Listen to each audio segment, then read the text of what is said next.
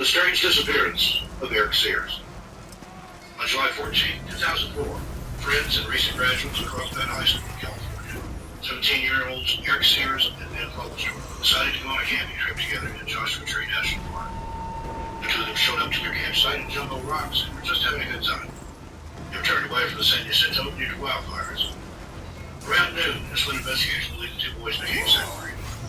Teams of searchers were told that Eric became dehydrated and Ben went to go and find some water. Eric stayed behind and curled up underneath a big bench to try and rest in the shade until Ben returned. When Ben came back, he couldn't find Eric anywhere and became panicked. Some other campers came across him. How is still unclear. They brought him into the park office to report the disappearance of Eric and the next afternoon. The search for 20-square-mile area of the park began at 6 p.m. that evening. There's an intensive search and rescue operation.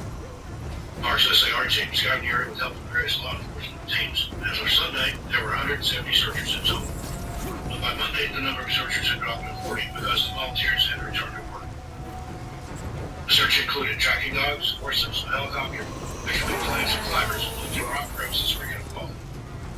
Robert Fonda, one of Park's lead trackers, said the search was difficult because it had taken place at 100-plus degree heat every day because the terrain varied from really flat to boulder outcroppings where the footings varies.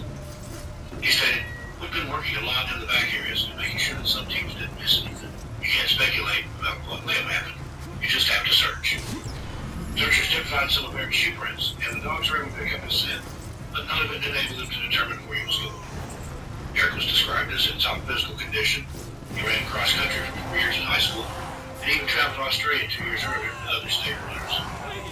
As an adult, he also participated in a 24-hour relay race between Carlsbad and El Camino High Schools at Carlsbad, July 10th to 11th, to promote the sport and help raise money. Unfortunately, all but not in Eric's body was found on July 23rd. The cause of death couldn't be determined by autopsy because at that time it was too badly decomposed. There was no obvious trauma found anywhere on the body. This is when the investigators turned to the only person who was living in by Francis. The rest of the story was told by Ben to the authorities. This is strange to say the least. Here's what Ben said had happened leading up to the disappearance. Though he admitted to authorities during the statement, he was having trouble distinguishing what actually happened from hallucinations. He was certain he was having his ears partaking in a wildly grown, illicit but not illegal in the state of California substance and his report was often times conflicting and all over the place. He told authorities both he and Eric had Greg and T made from a certain lead. He claimed he remembered speaking to a bush, an Indian, and possibly to Eric. He said he was pretty sure his friend was deceased because he thought he remembered disposing of his body. He also couldn't tell authorities exactly how Eric got missing or ended up deceased, depending on which story Ben was reality at the time. However, two chemicals, toxins, found in this plant were found in Eric's brain tissue. One way or another, the use of this plant by Ben and Eric was a major contributing factor in Eric's death. The plant, known as gingerweed, silverweed, stinkweed, mad apple, or apple, are among the strict names for the mouse line of towards the Rhodium plant. This one of the plants known as melatonin. Notorious Rhodium is common weed found along roadsides, cornfields, pastures, and waste areas.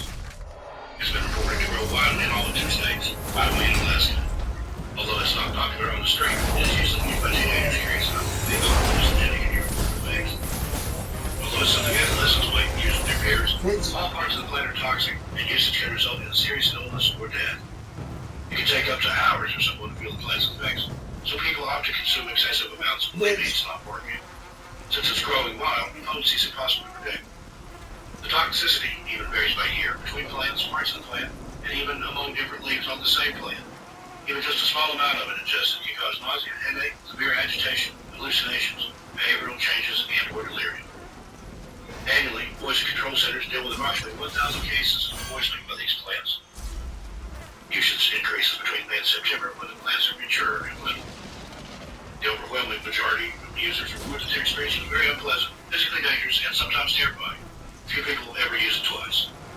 Even a one-time usage can have tragic effects, such as in this case.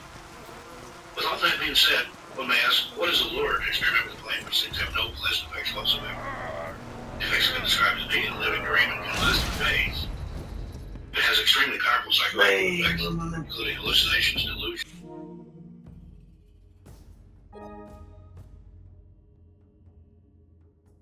Talking to, seeing, or running from isn't actually there. That's how intense these hallucinations can be, where it's impossible to distinguish them from reality. Oddly enough, some of the hallucinations are reported to have recurrent themes, such as insects, cigarettes, people, or objects appearing and disappearing, including demons and monsters. Smoking a phantom cigarette is one of the most common hallucinations, even if the individual has never smoked before. Talking to inanimate objects, plants, and friends who are not present is also frequently reported. Individuals lose their ability to identify their friends and may not even recognize a reflection in a mirror. The individual may also try to interact with these hallucinations. Most users don't even realize that they're hallucinating until its effects wear off. Amnesia is also frequently reported, with users having no memory of what they were doing for several hours, or they may unconsciously replace back to the fantasy. They fall in and out of conscious, slip into delirium. It's believed that this is what happened to their event while they were out being teenagers that night in Joshua. Did they get in over their heads and one thing leads to another? Did Eric die of an overdose, taking too much, thinking the initial doses weren't effective, not working for him? Or was it something else altogether? Unfortunately, Jim Sweet's related deaths are often the result of impaired judgment that leads to risk-taking activities, such as believing you can fly and jumping off a cliff, chasing a mermaid in a lake, even though you can't swim. So the above listed are nowhere near all the dangerous effects this particular belladonna can have on the human brain and psyche. So what happened to Eric Sears that fateful night in 2004? He had his whole life ahead of him, just looking at the spring in a beautiful place. The celebration of the huge life milestone of graduating high school. Eric was described by his peers as popular and friendly, and as mentioned before, was a member of the cross-country team. He had been accepted into the engineering program at San Diego State University, which gave classes that fall. His death affected the whole community. According to an affidavit filed in Spirit Court in India, he provided several stories of hallucinating during the night across being dead officer. The community was heartbroken with the discovery of Eric's body, and with the seeming senselessness of it on top of it all. On the porch of the Sears home, signs with messages of hope, flowers, and red, white, blue candles would have to be a welcome for the family when they returned. Parents Tom and Wendy Sears have remained at the desert campground since shortly after their son was reported missing. Officials said the Sears family was in seclusion Friday night in nearby 29 Palms, and that their daughter, Stephanie, age 19, was en route to join them. Many were expected to return later in the evening to share prayers and light candles against the darkness of the Sears home, something they have done night after night this week. Neighbors and friends sent mutual support provided the small, close community, as at times been the only thing that carried them through unneeded bleeding. Groups of neighbors have traveled daily to Joshua Tree to help support the family. There was a search warrant issued for Ben's home and those who recovered more information. According to this affidavit, investigators did give him a lie detector test, but we know that these are faulty and not admissible in most courts. This was while searchers were still looking for Eric in the Joshua Tree Park. According to the affidavit, Ben tearfully admitted during an interview with detectives that he found Eric dead inside his tent. He said that happened the day he reported his friend as missing. This is also where he admitted to disposing of Eric's body by putting it inside an outhouse toilet at their campsite. But according to the affidavit, that's when he wanted to stop talking to investigators and then changed the story altogether. Investigators say he later denied dumping Eric's body in an outhouse and said, "That's not where I put it." Investigators did indeed check several park toilets, but searchers eventually found Eric's body lying in the middle of the desert, about 3 miles from the Jumbo Rocks campground. Sheriff's investigators tried hard to corroborate what Ben told them about what happened while they were at the campsite, before, during, and after they had consumed the food. Whatever information was given to us in the affidavit, investigators were looking into it and looking at every scenario in the affidavit, they said. But despite statements being apparently made in this affidavit, the Sheriff's Department said he was not a suspect in the death. They did say that he is still the focus of their investigation, as they try to figure out exactly how the 17-year-old ended up dead in the desert at Joshua Tree. No one was ever charged with anything in relation to the death of Eric Sears, and so much of what happened remains a mystery. To make matters worse, and even more sad, 2 San Bernardino County Sheriff's Search and Rescue volunteers on their way to help search for her, a 35-year-old man named Joseph Tidwell from Wonder Valley, who was allegedly under the influence of several narcotic substances, lost consciousness due to his intoxication because he was drunk to driven across the roadway directly into the path of the sheriff's van. Scott Johnson, 30, of Redlands, died at the scene. Philip Calvert, 58, of Mentone, was transported to the Desert Regional Medical Center with major injuries and sadly died early the next morning. Although this harmful plant isn't scheduled under the Controlled Substances Act, 3 states, Connecticut, New Jersey, and Tennessee, at this time, have passed legislation to control it. In addition, the FDA has asserted that the belladonna alkaloids in this plant are neither safe nor effective in over-the-counter or other cough and cold inhalants. So be careful what you put into your body. Well, friends, Folks, there you have it. A sad, strange tale indeed. Our condolences to the family and friends of Eric Sears. I look forward to your comments, but please keep it friendly and respectful. Till we meet again, be safe out there. Don't take chances.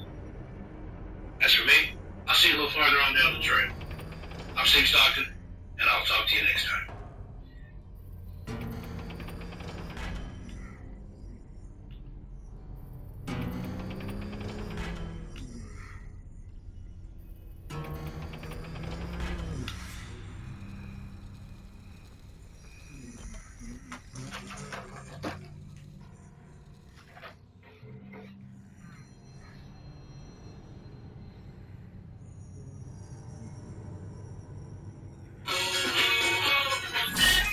Hi, I'm Michael from the War III. You know the jingle. Now discover the facts about Ozempic, a GLP-1. Only Novo Nordisk makes FDA-approved Ozempic. Learn about the real thing. Talk to your healthcare professional today. Call 1-833-OZEMPIC or visit Ozempic.com to use the medication guide to learn more about Ozempic. Semaglutide injection 0.5 milligram, 1 milligram, and 2 milligrams.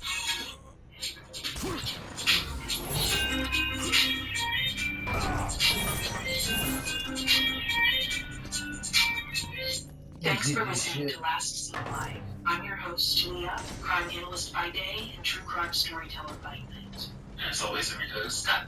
This is the revisited and enhanced edition of one of our early episodes, which features the unsolved homicide, Diana Robertson. The original edition was recorded in 2020, and we've revisited and re-recorded an episode on her case in 2025. As I'm sure those of you who've been listening since the early days of Last Seen Live have noticed, our production and audio quality have improved significantly over the years.